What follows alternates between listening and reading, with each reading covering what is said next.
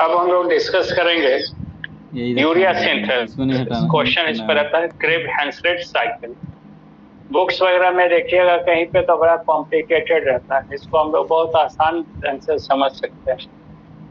Ornithine साइट्रोलिन cycle या urea cycle hard नहीं, समझने वाले भी आसान है। देखिए, हम लोगों के सभी लीवर सेल्स में all the cells in the liver contain a specific protein or amino acid that is arginine. arginine amino acid का सिंथेसिस करता है लीवर का सेल, और उसके साथ उसमें एक एंजाइम भी होता है that is called arginase.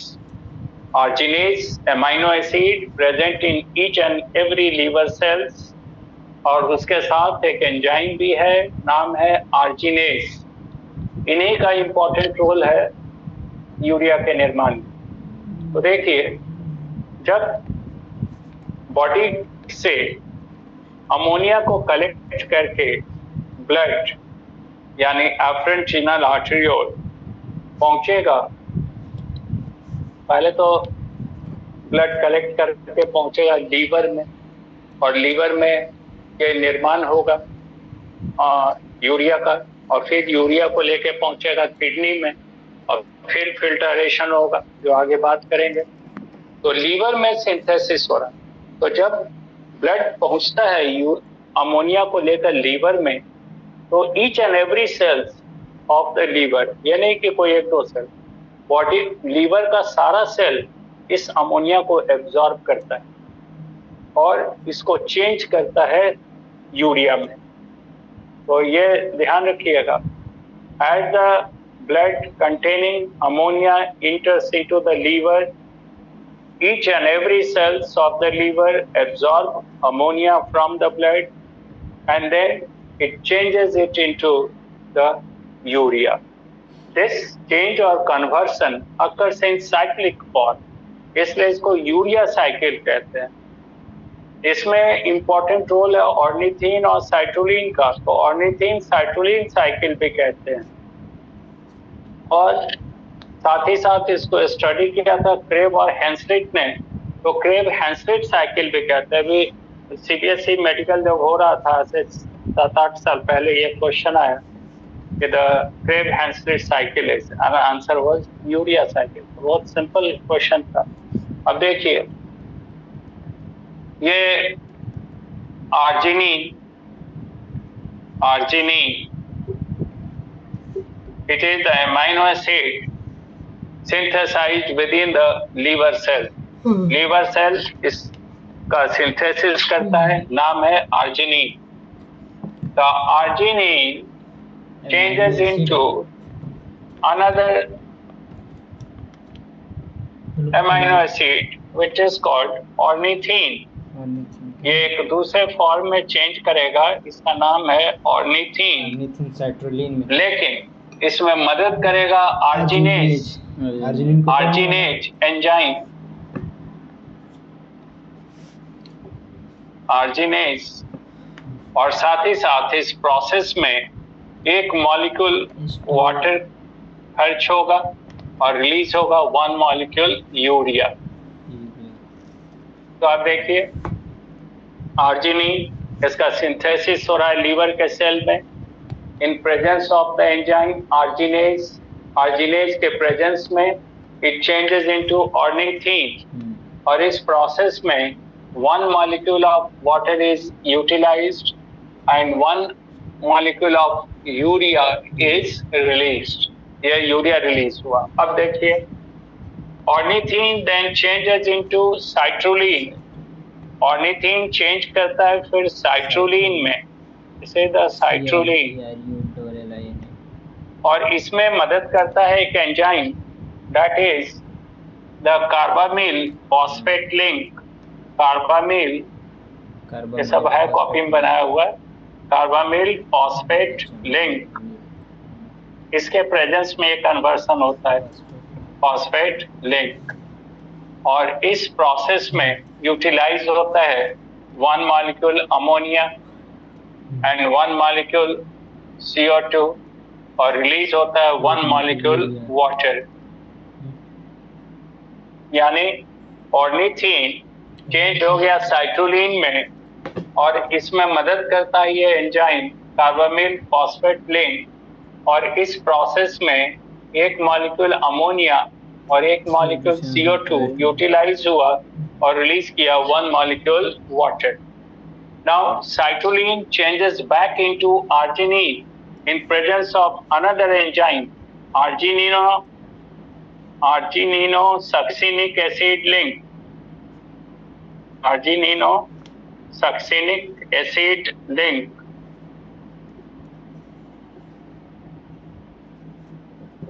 ये इसके प्रेजेंस, और इस प्रोसेस में एक मॉलिक्यूल अमोनिया यूटिलाइज हुआ और रिलीज हुआ 1 मॉलिक्यूल वाटर, और इस तरह से साइकिल चलता रहा। नक्शा बनाएंगे तो फिर से देखिए, आर्जिनिन प्रोटीन है जो लीवर का सेल सिंथेसाइज किया, ये चेंज हो रहा है ऑर्निथीन में, इसमें मदद करता है एंजाइम आर्जिनेज, और इस कन्वर्सन में एक मॉलिक्यूल वाटर यूटिलाइज हुआ और एक मॉलिक्यूल यूरिया रिलीज किया। अब ऑर्निथीन फिर चेंज हुआ साइटोलिन में, ये प्रेजेंस में हुआ कार्बामिल फॉस्फेट लिंक के, एक मॉलिक्यूल अमोनिया यूटिलाइज हुआ, 1 मॉलिक्यूल CO2 यूटिलाइज हुआ और रिलीज किया 1 मॉलिक्यूल वाटर। और फिर यह साइटोलिन चेंज किया आर्जिनिन में in presence of argininosuccinic acid link, इस प्रोसेस में एक मॉलिक्यूल अमोनिया यूटिलाइज हुआ और एक मॉलिक्यूल वाटर रिलीज हुआ। नीट में यह क्वेश्चन आया था, नीट का क्वेश्चन था कि how many water molecules are released in urea cycle, urea cycle में कितना मॉलिक्यूल वाटर रिलीज होता है। तो आप देख रहे हैं 2 मॉलिक्यूल हुआ, एक यहाँ पे during conversion of ornithine into citrulline, और दूसरा मॉलिक्यूल यहाँ पे during conversion of citrulline into arginine. तो 2 मॉलिक्यूल्स वाटर आर रिलीज। और बहुत पहले CBSE मेडिकल में क्वेश्चन आया था कि how many molecule of water is utilised in urea cycle. तो आंसर हो जाएगा 1, यूटिलाइज 1 हो रहा है और रिलीज हो रहा है 2। अब देखिए 2 जगह अमोनिया यूटिलाइज हो रहा है, एक मॉलिक्यूल अमोनिया यहाँ, एक मॉलिक्यूल यहाँ, यानी एक molecule in the conversion of ornithine into citrulline और दूसरा molecule in conversion of citrulline into arginine. तो 2 मॉलिक्यूल अमोनिया यूटिलाइज हो रहा है, 2 मॉलिक्यूल वाटर रिलीज कर रहा है, 1 मॉलिक्यूल वाटर यूटिलाइज हो रहा है और 2 मॉलिक्यूल अमोनिया यूटिलाइज हो रहा है और रिलीज कर रहा है 2 मॉलिक्यूल वाटर, और साथ साथ 1 मॉलिक्यूल यूरिया। तो 1 मॉलिक्यूल यूरिया के निर्माण में 2 मॉलिक्यूल अमोनिया खर्च हो रहा है। अब मामला है कि जब तक मेटाबॉलिज्म जारी रहेगा, सेल की क्रिया जारी रहेगी, मेटाबॉलिक वेस्ट या अमोनिया रिलीज होता रहेगा, और जब ये अमोनिया पहुंचेगा लीवर में तो ये कन्वर्ट होता रहेगा यूरिया में। जैसे एक मॉलिक्यूल यहाँ यूटिलाइज हुआ, एक मॉलिक्यूल यहाँ यूटिलाइज हुआ इस साइकिल में, और एक मॉलिक्यूल यूरिया रिलीज हुआ, तो यूरिया साइकिल। इसी को यूरिया साइकिल भी कहें या ऑर्निथीन साइटोलिन साइकिल भी कहें, या इसी को क्रेब-हैंसलिट साइकिल भी कहें। इट इज आल्सो कॉल्ड क्रेब-हैंसलिट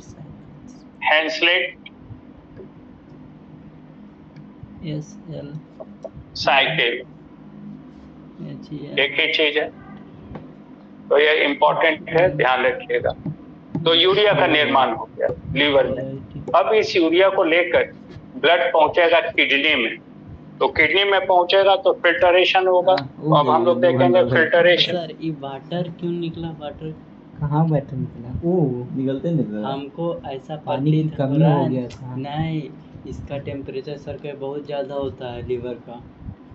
यहाँ से जब गुजरता है ना थे भैया, मतलब कोई भी वेन रहे, कोई भी अथी कैपिलरीज, तो वो सब जो है गर्म हो जाता है, खून गर्म हो जाता है, कूलिंग देने के लिए नहीं वाटर हो सकता है। नहीं अमोनिया जानते हैं, ठंडा होने के लिए भैया लीवर ठंडा। बॉमेंस कैप्सूल टेम्परेचर अरे अमोनिया जब रिलीज और होता ये है तो काफी पीसीटी हो ज्यादा जाएगा, पानी के साथ इस पर बाद में हाँ बात सही बात करेंगे। बोले। अमोनिया जब यूज ये होगा तो बॉमिंस पानी निकल कैप्सूल का जाएगा कि नहीं? इनर वॉल है हाँ ये भी हो और ये बना होता है बस पोडोसाइट्स, जहाँ ज्यादा पानी सिंपल के साथ स्क्वामस रहेगा मतलब इपिथेलियम कम पानी के साथ पोडोसाइट यूरिया का, सबसे कम यूरिक एसिड ये पोडोसाइट। पक्षी रोक लो और सिस्टम यहाँ पे ये ग्लोमेरुलर कैपिलरी है, this is the glomerular capillary. 10 mg जैसे होकर ब्लड पास कर रहा है, इससे होकर ब्लड पास कर रहा है, अब फिल्टरेशन होना है यहीं पे। यही बताओ कैसे होगा ये देखिए, क्या में जी ही बताओ बराबर। यहाँ पे इस ग्लोमेरुलर कैपिलरी के अंदर जो प्रेशर है जिसको जीसीपी कहेंगे, GCP, it is 60 mm of Hg। GCP क्या हुआ? जीसीपी जीसीपी का फुल फॉर्म हो गया ग्लोमेरुलर कैपिलरी प्रेशर। ये कैपिलरी किसका है? ग्लोमेरुलस का है, इसलिए नाम दिया है glomerular capillary pressure. It is 60 mm of Hg। अब मामला आता है कि 60 क्यों होगा? हम लोग के बॉडी में जितना भी कैपिलरी है उसमें तो प्रेशर होता है 32 mm Hg और सबसे कम होता है लंग्स में 6 mm Hg। तो लंग में फिल्टरेशन का मामला है नहीं, वहाँ तो एक्सचेंज ऑफ गैसेज होता है due to the difference in the partial pressure of oxygen and CO2। और सबसे ज्यादा प्रेशर मेंटेन करना है किडनी में, बिकॉज किडनी में जब ब्लड पास करेगा किडनी में ग्लोमेरुलर कैपिलरी से, तो प्लाज्मा में मौजूद लगभग हर सब्सटेंस पहले रिलीज कर दिया जाएगा फिल्ट्रेट के साथ। पहले हर चीज प्लाज्मा से इसमें आएगा एक्सेप्ट प्लाज्मा प्रोटीन, हर चीज इसमें रिलीज होगा। उसके बाद ये देखा जाएगा कि बॉडी में किसको रखना है और किसको निकालना है, पहले रिलीज कर देगा। उसके बाद अब मामला होगा कि कौन रोका जाएगा, कौन को बाहर करना। जिसको रोका जाएगा उसका एब्जॉर्प्शन होगा पीसीटी पे या फिर टीसीटी पे और थोड़ा एब्जॉर्प्शन होगा लूप ऑफ हेले में, और जिसको नहीं रोकना है, जिसको बॉडी से बाहर निकालना है, it will pass out in the form of urine. लेकिन पहले काम है कि जितना भी तरह का सब्सटेंस है प्लाज्मा में एक्सेप्ट लार्ज प्लाज्मा प्रोटीन सबको रिलीज कर। अब हमने बताया था कि ये जो पोडोसाइट है, ये हथेली है मेरा पोडोसाइट। पोडो टर्म आता है फिंगर के लिए, साइट फॉर सेल, फिंगर वाला सेल है पोडोसाइट। तो इस फिंगर को पेटी सेल कहते हैं। ये दीज फिंगर्स आर कॉल्ड पेटी सेल और इसमें छोटा छोटा पोर्स होता है, फेनेस्ट्रा कहते हैं। और ये ब्लड कैपिलरी है, ग्लोमेरुलर कैपिलरी है, इसमें भी पोर्स हैं। लेकिन ये जो फेनेस्ट्रा का पोर है, फेनेस्ट्रा है, इसका डायमीटर कैपिलरी पोर के डायमीटर से छोटा है। इससे होकर वही सब्सटेंस जा सकता है जिसका मॉलिक्यूलर वेट 68,000 से कम है, और 68,000 से कम मॉलिक्यूलर वेट वाला हीमोग्लोबिन होता है। वो 68,000 हीमोग्लोबिन का उससे कम वाला पास करेगा। और हम लोग जानते हैं एल्बुमिन का 70,000, ग्लोबुलिन का लगभग 2.5 लाख है, और उससे फाइब्रोजेन वगैरह का और ज्यादा है। तो they can not pass along with the filtrate. तो ये पेटी सेल है धंसा हुआ, जब ब्लड इससे पास करेगा और उसमें कैपिलरी प्रेशर बहुत ज्यादा है, 60 mm Hg है। 60 mm Hg क्यों है? इसका भी दो कारण है। डिफरेंट रीनल आर्टेरियोल पतला है और दूसरा रेनिन एंजियोटेंसिन नेगेटिव फीडबैक जो डिस्कस किया था, तो इसके अंदर प्रेशर को बढ़ाए रखेगा। तो इसमें रोल हो गया जेजीए का, जक्स्टा ग्लोमेरुलर एपरेटस, जिसके कारण रेनिन एंजियोटेंसिन नेगेटिव फीडबैक हो रहा है। It is important to maintain the blood pressure within the high blood pressure within the glomerular capillary. और वही जक्स्टा ग्लोमेरुलर सेल्स है जो याद होगा ब्लड के फॉर्मेशन में भी कहा था कि जब कभी भी CO2 का लेवल बढ़ता है ब्लड में, तो जक्स्टा ग्लोमेरुलर सेल रिलीज करता है हीमोपोइटिन और इरिथ्रोपोइटिन। तो आज आपको समझ में आ गया कि juxtaglomerular cells are the cells present in the wall of the afferent renal arteriole, नहीं समझा और together with the macula densa cell of the DCT it forms the JGA, juxtaglomerular. तो ब्लड के निर्माण में भी मदद करता है और ब्लड प्रेशर को भी मेंटेन करता है। तो हाई प्रेशर है 60 mmHg पतला है और इस प्रेशर के कारण प्लाज्मा से बहुत सारा ऐसा सब्सटेंस जो नॉर्मल प्रेशर पे बाहर नहीं आता वो भी निकल के बाहर आ जाता है थ्रू द पोडोसाइट। इसलिए इस फिल्टरेशन को अल्ट्रा फिल्टरेशन कहते हैं। ये ध्यान रखिएगा, किडनी के में फिल्टरेशन जो होता है उसके लिए टर्म है अल्ट्रा फिल्टरेशन। कोई पूछे आपसे कि अल्ट्रा फिल्टरेशन क्यों वर्ड इस्तेमाल किया, तो अल्ट्रा फिल्टरेशन यानी फिल्टरेशन अंडर ग्रेट प्रेशर, बहुत ज्यादा प्रेशर के कारण वैसे सब्सटेंस जो प्लाज्मा से बाहर आ गए जो नॉर्मल प्रेशर में बाहर नहीं आता। अब उनको रखना है नहीं रखना है वो आगे नेफ्रॉन का काम है। अब देखिए दूसरा यहाँ फैक्टर है जीओपी, आप समझ गए होंगे, ग्लोमेरुलर ऑस्मोटिक प्रेशर, और ये होता है 30 mmHg। पहली बोली तो 30 mm ऑफ Hg। पिछले क्लास में हमने बात किया था कि हम लोगों के कैपिलरी में जहाँ भी देखिएगा तो ऑस्मोटिक प्रेशर 25 mmHg ये आपको बताया भी था टिश्यू फ्लूइड के फॉर्मेशन में, लेकिन यहाँ पे जीओपी ज्यादा है 30, और उसका कारण है कि ब्लड में यूरिया लेवल बढ़ा हुआ है। यूरिया या कोई भी सॉलिड अगर ज्यादा होगा तो ऑस्मोटिक प्रेशर ज्यादा। तो greater osmotic pressure is due to the greater amount of urea जो लीवर से लेके आ रहा है, और greater GCP is due to the renin angiotensin negative feedback and the narrower efferent renal artery का प्रेशर उतना क्यों है। तो अब यहाँ से फिल्टरेशन होगा तो जीसीपी 60 है और इसमें माइनस कर दीजिए जीओपी 30, तो फिल्टरेशन प्रेशर कितना बचा 30। लेकिन अब इसको पास करना है पोडोसाइट के से इस सेल के, और इस सेल के अंदर जो साइटोप्लाज्म या साइटोप्लाज्मिक ऑर्गेनेल है वो भी उसको रुकावट डालेगा, जाने से रोकेगा, और ये जो नेगेटिव प्रेशर अप्लाई करता है ये होता है 10 mmHg। It is 10 mmHg। CHP हो गई। और फिर यहाँ से जब निकल के आएगा तो 30 में 10 हटा दीजिए तो बचा 20। और फिर इसके अंदर जो इंटरस्टिशियम है यहाँ भी प्रेशर है 10 mm ऑफ Hg। ये पहले से फ्लूइड है, ये बाहर से आने वाले फ्लूइड को रोक रहा है, नेगेटिव प्रेशर डाल रहा है, तो ये 10 + 10 mmHg इसको कहते हैं capsular pressure, CHP capsular hydrostatic pressure CHP। ये glomerular capillary pressure, glomerular osmotic pressure, और ये capsular hydrostatic pressure. Capsular hydrostatic pressure में 10 mmHg within the podocyte and 10 mmHg in the interstitium present in the lumen of Bowman's capsule.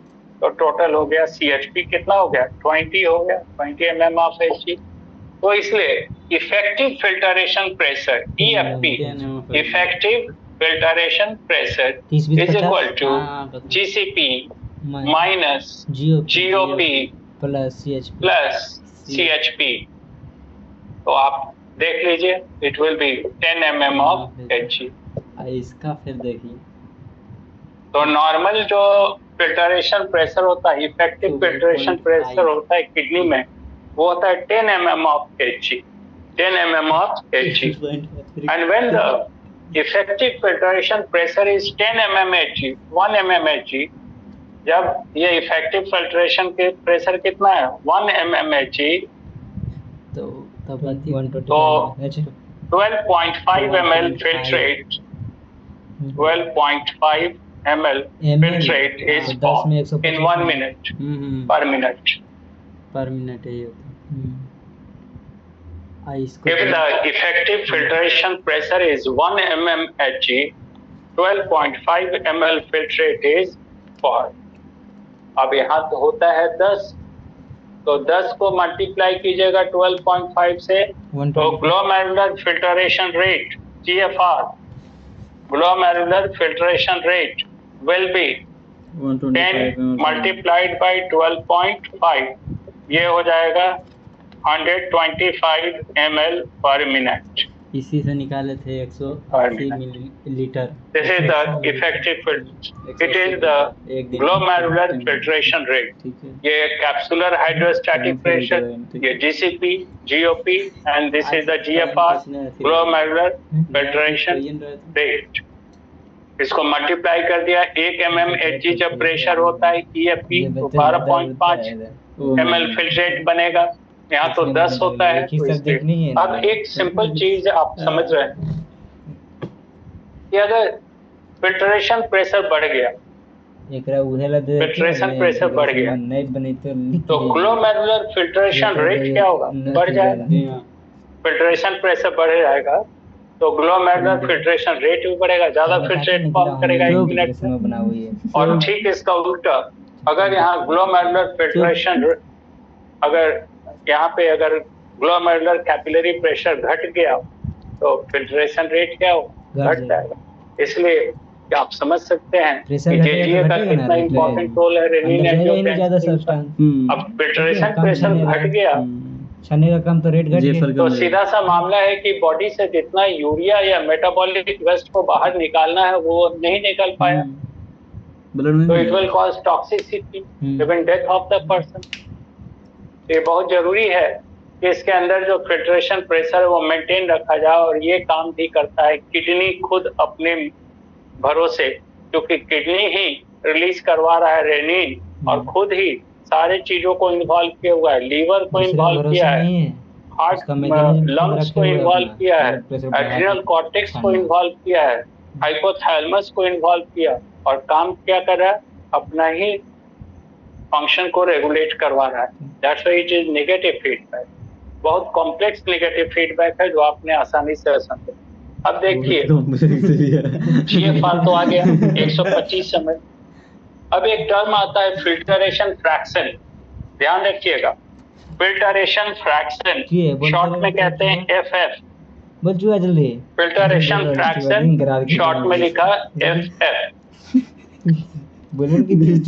एक यहाँ बहुत नामी teacher थे हैं दीदी हैं, तो उनका एक स्टूडेंट आया था हमसे 12-13 साल पहले, क्वालिफाई कर गया, वो एम्स में चला गया था। तो बोला फिजियोलॉजी हम सब पढ़ लिया सर, तो ये पूछ रही सर, तो हम आपसे क्या पढ़ेंगे, मतलब क्या पूछें। हम बोले कुछ दिक्कत है पूछ लो। तो बोला क्या पूछेंगे सर, हम तो सब पढ़ ही गए, कोई प्रॉब्लम नहीं है। तो नहीं सर कोई प्रॉब्लम है।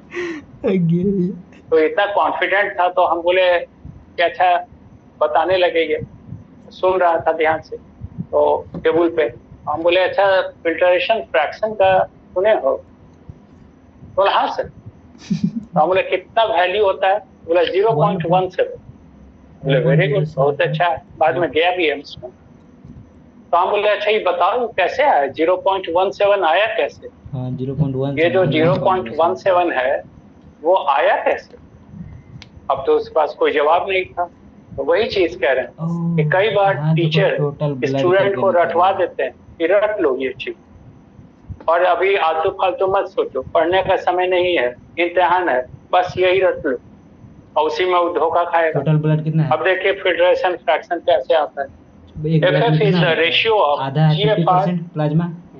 टोटल ब्लड कितना है? GFR 5 लीटर and एक बार में कार्डियक PRF। तो PRF कहते हैं plasma rate of flow, 700 ml blood, plasma rate of flow.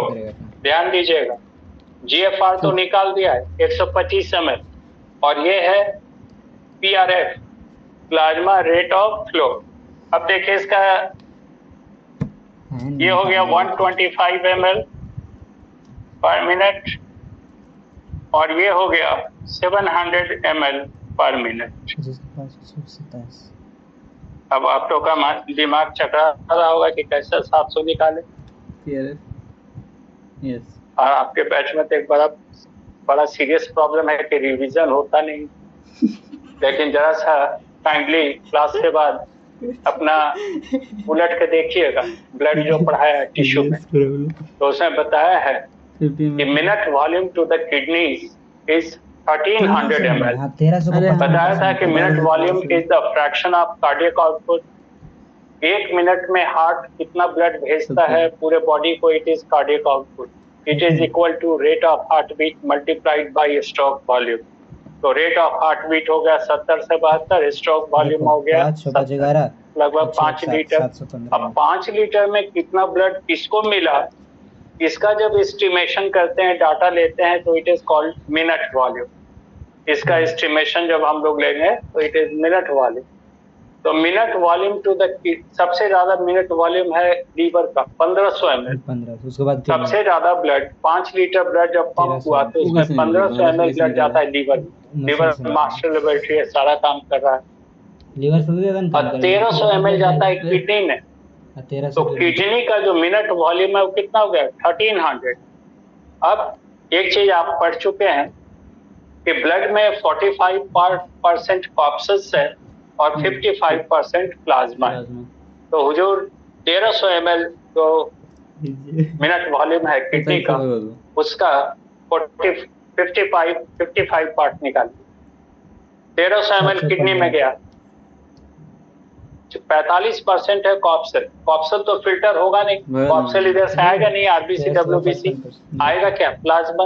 तो हम लोगों को यहाँ पे फिल्टर में जो कंसीडर कर रहा है वो किसको, प्लाज्मा वॉल्यूम को। तो अगर 1300 ब्लड जा रहा है किडनी में 1 मिनट में, तो हम लोगों के काम की चीज यानी फिल्टरेशन में कितना इन्वॉल्व है, प्लाज्मा 55% और 1300 का 55% निकालिएगा तो लगभग आएगा 700।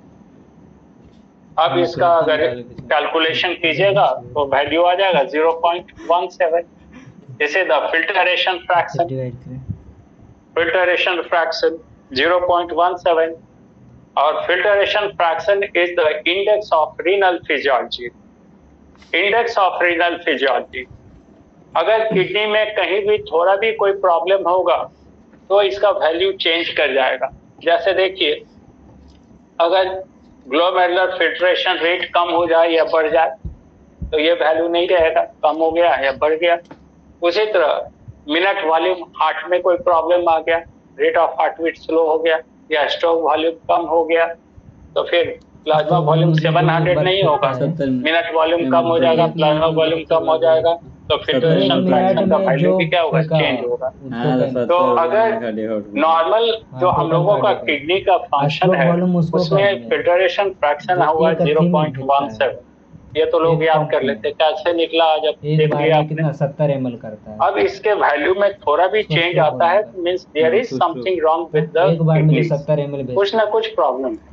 या तो ब्लड वॉल्यूम जो जा रहा हो उसमें कमी है, ब्लड वॉल्यूम कम है, या इसमें रेनिन एंजियोटेंसिन नेगेटिव फीडबैक में कहीं प्रॉब्लम है, या तो फिर कहीं पे डिहाइड्रेशन और इस तरह का कोई प्रॉब्लम है कि प्लाज्मा वॉल्यूम घट गया। कोई भी दिक्कत होगा तो वैल्यू विल बी चेंज। तो डॉक्टर जो नेफ्रोलॉजिस्ट है उसको फिर देखेंगे कि क्यों चेंज किया, बहुत सारा डायग्नोसिस है। तो आज हम लोगों ने डिस्कस कर लिया है जेजीए और इसको थोड़ा रिपीट कर दिया है। अब हम लोग कल क्लास में, कल क्लास यही टाइम रहेगा, फिर कल के बाद तो सप्तमी हो जाता है, तो जैसा आप लोग बोलिएगा वैसा करेंगे। सप्तमी, अष्टमी, नवमी, दसवीं, हो सकता है अभी लोग गायब हो जा रहे हैं, कहीं घूमने जा रहे हैं, क्या कर रहे हैं पता नहीं, तो इसलिए सप्तमी से हो सकता है कि जैसा बोलिएगा तो बंद भी कर सकते हैं, तो प्रॉब्लम नहीं है। तो फिर बंद होगा तो खुले, अब सेंटर खुलने के बाद ही स्टार्ट होगा, तो ये सेंटर 14 तारीख से खुलेगा और 14 तारीख से खुलेगा और इस बीच में 12 तारीख को दसवीं ही है, 13 तारीख को फिर एक दिन संडे है। तो वो लोग जिनको 14 को क्लास करना होगा वहाँ पे, तो वो लोग रास्ते में होंगे या आएंगे, तो फिर 14 से होगा या 15 से होगा, तो जैसा भी होगा खबर कर दीजिएगा वैसा ही। लेकिन कल तो क्लास होगा, कल 4:30 से ही होगा। और कल हम लोग सबसे इम्पोर्टेंट चीज डिस्कस करेंगे और वो होगा osmo regulation and counter current mechanism. Osmo regulation और काउंटर करेंट मैकेनिज्म डिस्कस करेंगे। उसके बाद यूरिन का कंपोजिशन देखेंगे, यूरिन का कंपोजिशन क्या है, यूरिनरी ब्लैडर देखेंगे, यूरिनरी ब्लैडर का डायग्राम बनाएंगे अलग से और उसका फंक्शन डिस्कस करेंगे। हो सकता है यूरिनरी ब्लैडर कल ही करें, नहीं तो फिर अगले क्लास में। और यूरिनरी ब्लैडर का फंक्शन डिस्कस करने के बाद तब यूरिन का कंपोजिशन देखेंगे और फिर उसके बाद डायलिसिस वगैरह है उस पर बात करेंगे। ठीक है, थैंक यू। डायलिसिस का हाँ